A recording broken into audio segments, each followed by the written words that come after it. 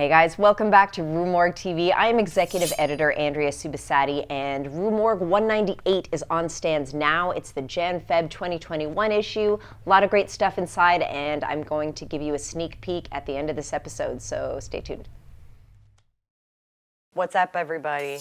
My name is Yasmina, and thank you for joining me on this episode of the Rewind Zone here on RUE MORGUE TV. And tonight we're going to be talking about HauntedWeen.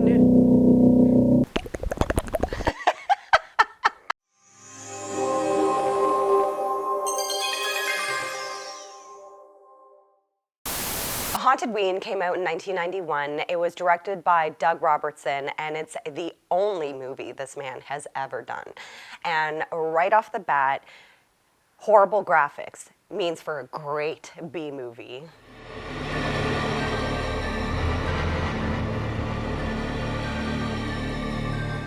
HauntedWeen's main character is a boy named Eddie Berber. At the beginning of the movie, he's a child and he's working the door for a haunted attraction, taking people's tickets, and he notices a very pretty girl and is all like, you know, what 12-year-old boys would react to seeing a pretty girl. He's wearing this sweet mask. It's got bright orange fluorescent hair. Everybody always comments on it too. They're like, nice mask. It's like, gee, I wonder if he's gonna do something devious while wearing a mask throughout the rest of the movie. Eddie finds the pretty girl in the house and she's lost. So he is leading her to the way out, and she gets super scared and she willfully leans back into a stake.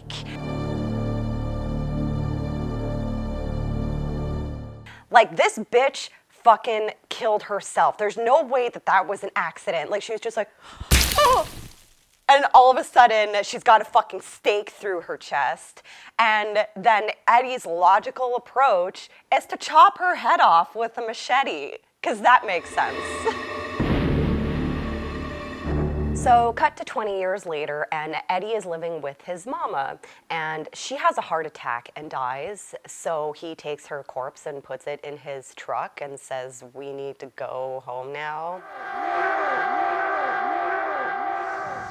There's a frat party going on. There's a lot of frat parties in this movie.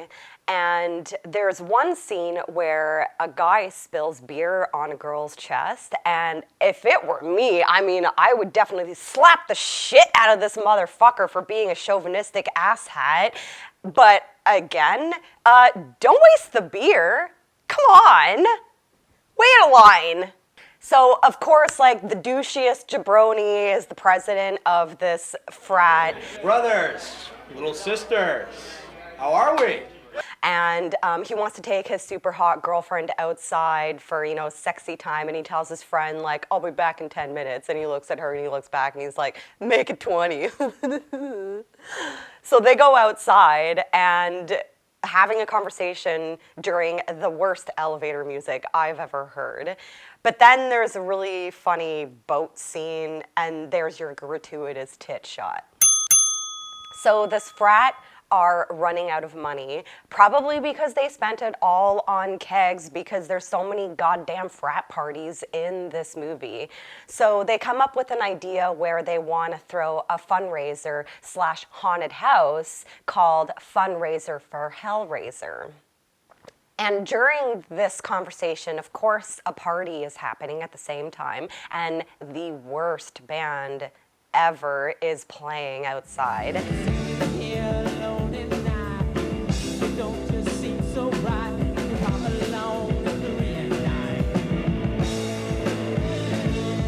However, I actually am pretty impressed with how many extras they got for this movie. There's tons of extras and people in this movie just like partying it up and dancing to this terrible, shitty band.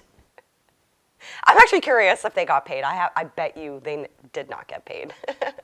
So Eddie shows up to the front door, and it's like a POV, and he's wearing a mask, and he tells the door guy, hey, there's this cool abandoned house just down the street. That's where you should have your haunted house fundraiser. And the dude's like, that place has been closed for 20 years. And he's like, I have a key. Here you go. No questions asked. Perfect. I hope you make lots and lots of money. Good luck, brother. This movie was definitely filmed in the southern states because a lot of them have that Louisiana accent, but this guy sounds like if Foghorn Leghorn hasn't hit puberty yet. Man, what is her problem? I don't know. And then there's an awesome montage of all the frat people and their friends organizing the house for the haunted attraction, and there's an actual HauntedWeen song that was written for the movie. It's very like upbeat, like get ready for the show. And one of my favorite characters is like you see him for 2 seconds and he's like this dad drinking beer. He's just chugging this beer. It's amazing. In a haunted house on a haunted Ween. It's the biggest party that's ever been. So that night, all the friends decide to sit around a campfire and tell ghost stories. And the girl, who is the daughter of the sheriff, knows the story that happened 20 years ago. So she tells the story, and at the end, when she talks about how the girl got her head cut off, one guy is like, speaking about head.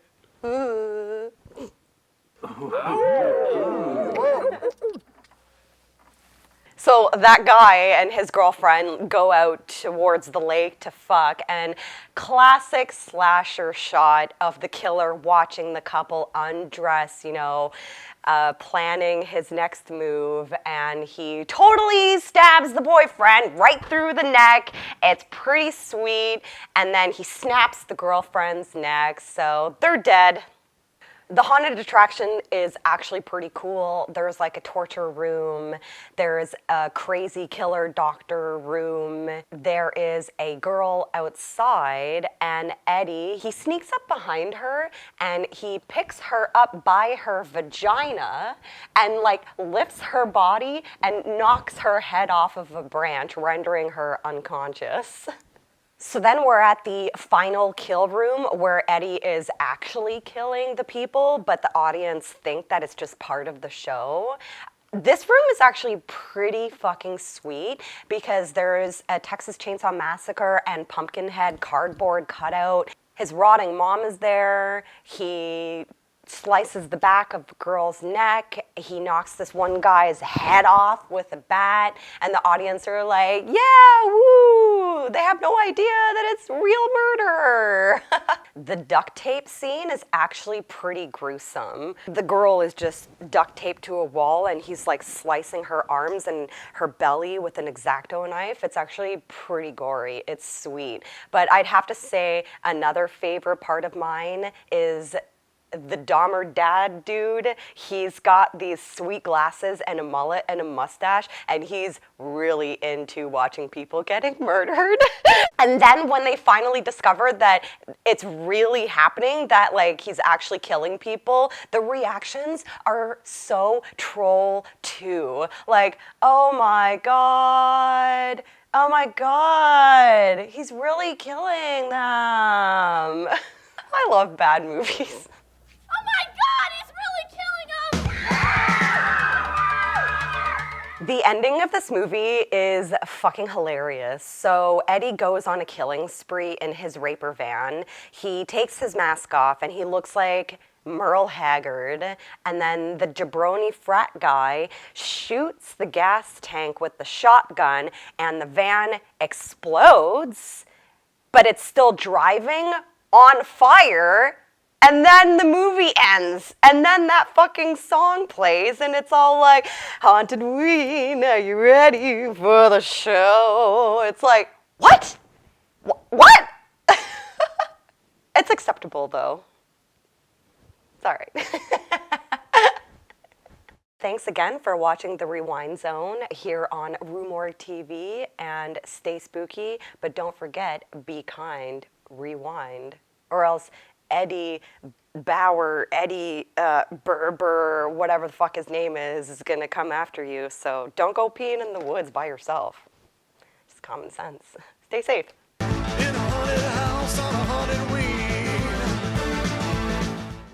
Hey guys, welcome back. So as promised, here is your sneak peek into issue 198. The cover story is on horror films from the Middle East because The Vigil came out and it blew me away. I also really enjoyed The Night. Those are both out from IFC Midnight, and I've got coverage in here as well as a sidebar on a bunch of other awesome contemporary horror films from the Middle East.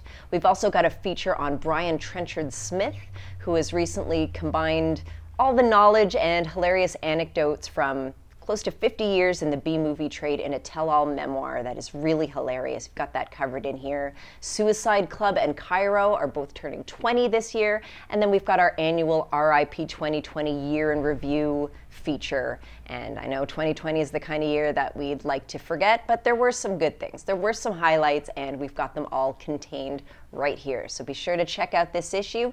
Don't forget to like and subscribe, and we'll see you next time. HauntedWeen, it came out in 1991. Fuck you, eh? Oh, have I ever tried a Kentucky accent? No, I don't know if I could do that.